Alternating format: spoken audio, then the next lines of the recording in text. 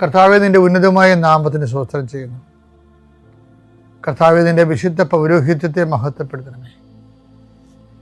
കർത്താവേ, സഭയിലുള്ള സാന്നിധ്യം ദൃഢമാക്കണം. 39 വർഷം ഞാൻ അർപ്പിച്ച കൃപാന്റെ യുഗതിയെ കൃപാസ്ഥാനത്താരെ ജീവനോടെ പ്രത്യക്ഷപ്പെട്ട അതാതിൻ്റെ പ്രത്യക്ഷത്തിന്റെ സ്ഥിരീകരണത്തിൻ്റെ അടയാളം കിട്ടാൻ കർത്താവേ, അങ്ങയുടെ മക്കൾ ഇന്ന്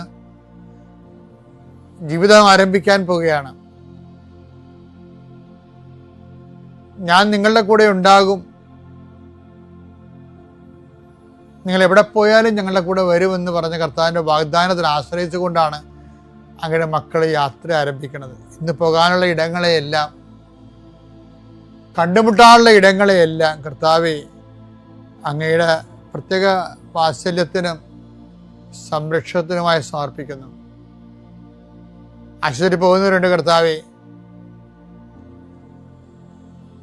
അതുപോലെ തന്നെ ബ്ലഡ് ടെസ്റ്റ് ചെയ്യുന്നതിനും മറ്റ് ശരീരത്തിൻ്റെ വ്യത്യസ്തങ്ങളായ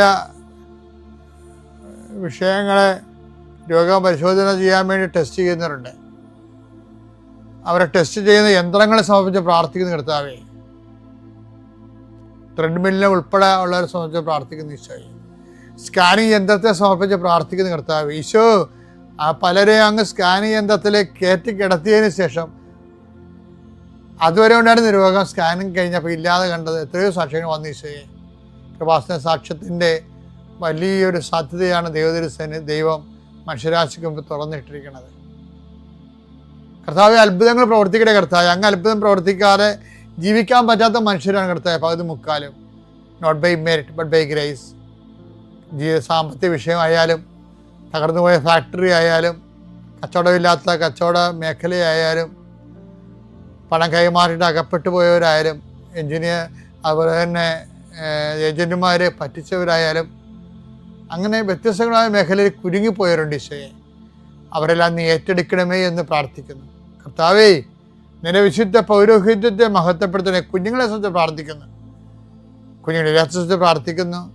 തുടരെ കുഞ്ഞുനാളിൽ തന്നെ ആവശ്യമില്ലാതെ ഒത്തിരി മരുന്ന് കഴിക്കേണ്ടി വന്ന് 7 വയസ്സത്തോടെ തന്നെ ഒരു മരുന്ന് ചാക്കായി മാറിയ കുഞ്ഞുങ്ങളുണ്ട്. ഈശോയെ, അവരെല്ലാം കറുത്തിരിക്കണുണ്ട്. ഈശോയെ, അവരെല്ലാം സ്പർശിക്കണേ. ഈശോയെ, അങ്ങനെ വിശുദ്ധമായ രക്തം അവരിലേക്ക് തളിക്കപ്പെട്ടു കഴിഞ്ഞാൽ ആ വിശുദ്ധ രക്തം കയറി ഇറങ്ങുമ്പോൾ അവർ യഥാർത്ഥ സ്വാഭാവിക നിറം പകർന്ന് സുന്ദരന്മാരായി മാറും, സുന്ദരികളായി മാറും. കർത്താവെ, കുഞ്ഞുങ്ങളെ സമർപ്പിച്ച് പ്രാർത്ഥിക്കുന്നു, ഗർഭിണികളെ സമർപ്പിച്ച് പ്രാർത്ഥിക്കുന്നു.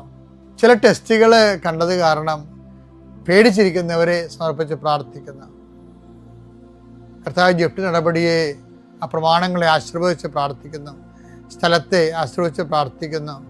ഇൻ്റർവ്യൂ ടെസ്റ്റിനൊക്കെ പോകുന്നവരെ, അവരെ ഇൻ്റർവ്യൂ ചെയ്യുന്നവരെ സമർപ്പിച്ച് പ്രാർത്ഥിക്കുന്നു. അവരുപയോഗിക്കുന്ന വാഹനങ്ങളെ സമർപ്പിച്ച് പ്രാർത്ഥിക്കുന്നു. കർത്താവെ, നിൻ്റെ ചൈതന്യം അവരിലേക്ക് ആവശ്യിക്കണമേ.